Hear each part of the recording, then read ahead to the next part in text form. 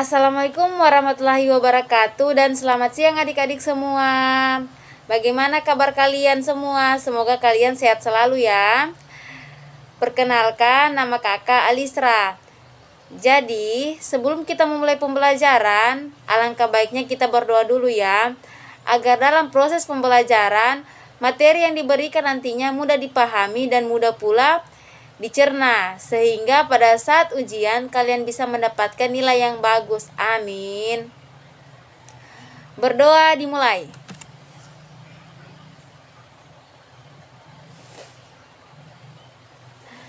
Nah, berdoa selesai.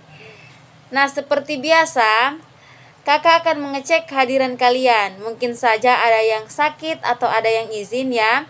Jadi didengarkan baik-baik saat kakak memanggil nama kalian. Nah, Dina Hadir, Bu. Fadila Hadir, Bu. Marsha Hadir, Bu. Hadir, Bu. Oke. Nah, jadi semuanya lengkap ya. Nah, coba adik-adik perhatikan gambar meja belajar dan kucing. Nah, apakah bedanya kucing dan meja belajar tersebut? Apakah meja belajar dapat bergerak? Apakah meja belajar dapat berkembang biak? Tidak, Kak. Nah, apakah kucing dapat bergerak? Iya, Kak. Oke. Apakah kucing dapat berkembang biak? Iya, Kak. Nah, baik. Nah, betul sekali. Nah, jadi materi kita hari ini yaitu membedakan makhluk hidup dan tak hidup. Nah, adapun tujuan pembelajaran pada siang hari ini yaitu pertama, peserta didik dapat melakukan pengamatan terhadap makhluk hidup dan benda tak hidup. Dua, peserta didik dapat menjelaskan ciri-ciri makhluk hidup. Ketiga, peserta didik dapat menjelaskan perbedaan makhluk hidup dengan benda tak hidup. Nah, coba adik-adik perhatikan gambar kucing dan meja. Ada yang tahu mana makhluk hidup dan mana benda tak hidup? Saya, Kak. Nah, menurut saya kucing merupakan makhluk hidup dan kursi merupakan benda mati. Nah, betul sekali.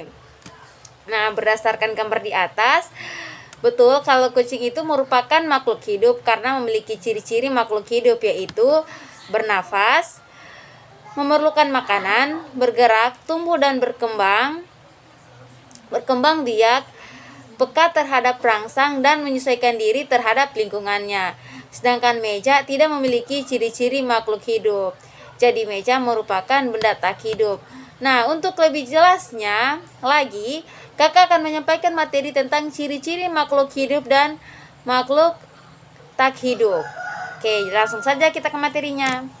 Nah, secara umum, ciri-ciri makhluk hidup yaitu pertama bernafas. Nah, setiap kita bernafas, yaitu kita menghirup oksigen dan mengeluarkan karbon dioksida. Kita dapat merasakan kebutuhan bernafas dengan cara menahan untuk tidak bernafas atau menghirup udara selama beberapa saat. Nah, tentunya kita akan merasa lemas dan itu sebagai tanda-tanda kekurangan oksigen. Nah, yang kedua memerlukan makanan dan minuman. Nah, untuk beraktivitas, setiap makhluk hidup memerlukan energi. Dari manakah energi tersebut diperoleh? Untuk memperoleh energi tersebut, makhluk hidup memerlukan makanan dan minuman. Nah, sesama makhluk hidup memerlukan makanan. Tumbuhan dan hewan memerlukan makanan yang berbeda. Tumbuhan merupakan makhluk hidup yang mampu menghasilkan zat makanan sendiri melalui proses fotosintesis. Tumbuhan memerlukan nutrisi dari cahaya matahari, air, dan pupuk. Nah, hewan juga memerlukan nutrisi dan makanan. Contohnya hewan herbivor. Hewan herbivor ini makan rumput. Nah, sedangkan karnivor pemakan daging dan omnivor pemakan segalanya. Nah, manusia mendapatkan nutrisi dari makanan berupa buah, sayuran, dan daging.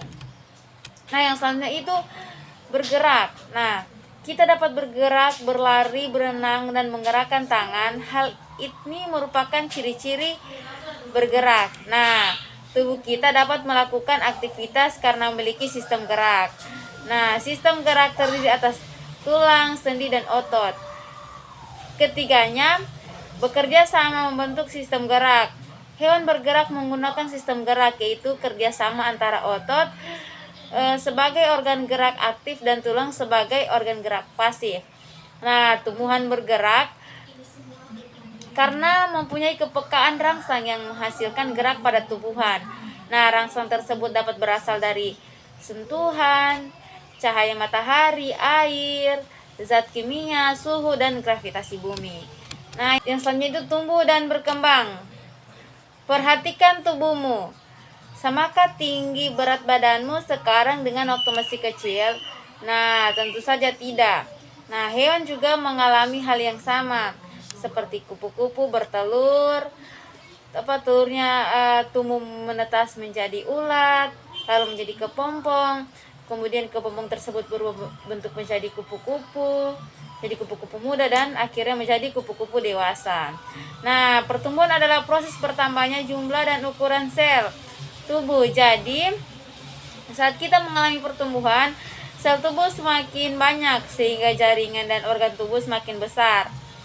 Pertumbuhan manusia merupakan perubahan fisik yang bisa kita ukur dengan angka. Nah, beberapa yang termaksud pertumbuhan adalah ukuran tinggi tubuh, berat tubuh, dan besar tubuh. Nah, contohnya adik-adik saat lahir memiliki panjang tubuh 50 cm. Kemudian semakin bertambah dan saat usia 10 tahun tinggi badan adik-adik mungkin 130 cm. Nah, pertumbuhan itu bersifat irreversible, artinya tidak bisa kembali ke bentuk awal. Jadi, tubuh kita tidak bisa kembali memiliki tinggi dan berat seperti masih bayi. Nah, perkembangan adalah proses pematangan sel-sel tubuh menuju kedewasaan. Jika pertumbuhan bisa diukur dengan angka, perkembangan tidak bisa diukur dengan angka. Perkembangan pada manusia adalah saat bayi baru lahir belum bisa merangkak. Nah, kemudian setelah itu bisa merangkak, ia akan berjalan dengan bantuan orang tuanya. Nah, pada proses itu sel tubuh berkembang dari awalnya belum bisa menjadi bisa, yang termaksud dalam perkembangan manusia misalnya perubahan kecakapan atau keahlian, kematangan fisik, serta pikiran dan emosional yang semakin berkembang. Nah, yang selanjutnya itu berkembang biak atau bereproduksi. Nah, kakak kasih contoh. Nah, kita lahir dari ayah dan ibu.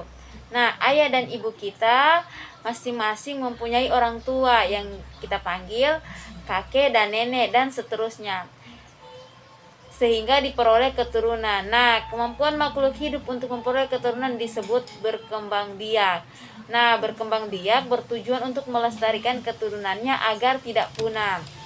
Nah, yang selanjutnya itu peka terhadap rangsang atau iritabilitas. Nah, bagaimana reaksi adik-adik ketika dapat sorotan lampu? Nah, otomatis adik-adik akan spontan menutup mata adik-adik. Nah, dari contoh di atas menunjukkan bahwa manusia mempunyai kemampuan untuk memberikan tanggapan terhadap rangsang yang diterima. Nah, kemampuan menanggapi rangsangan tersebut disebut iritabilitas. Nah, yang selanjutnya menyesuaikan diri terhadap lingkungannya. Nah, kemampuan makhluk hidup untuk menyesuaikan diri terhadap lingkungannya disebut adaptasi.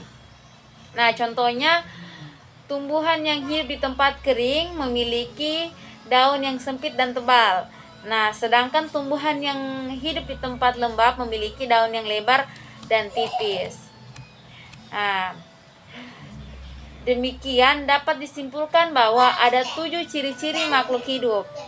Nah, yang pertama itu bernafas, yang kedua memerlukan makanan dan minuman, yang ketiga bergerak, Yang keempat, tumbuh dan berkembang. Yang kelima, berkembang biak atau bereproduksi. Yang keenam, peka terhadap perangsang atau iritabilitas. Dan yang ketujuh, menyesuaikan diri terhadap lingkungannya. Nah, sedangkan makhluk tak hidup atau benda tak hidup itu tidak mempunyai ciri-ciri makhluk hidup. Nah, itulah materi yang dapat kakak sampaikan. Jadi sebelum kita akhiri pertemuan hari ini, kakak akan berikan PR atau pekerjaan rumah kepada adik-adik. Nah, jadi adik-adik, ayo buka buku tugasnya, sediakan pulpennya, kemudian kita catat soalnya. Oke. Nah, pertanyaan yang pertama itu, pernyataan berikut ini yang bukan merupakan ciri-ciri makhluk hidup adalah: A. Dapat berbicara, B. Berkembang biak, C.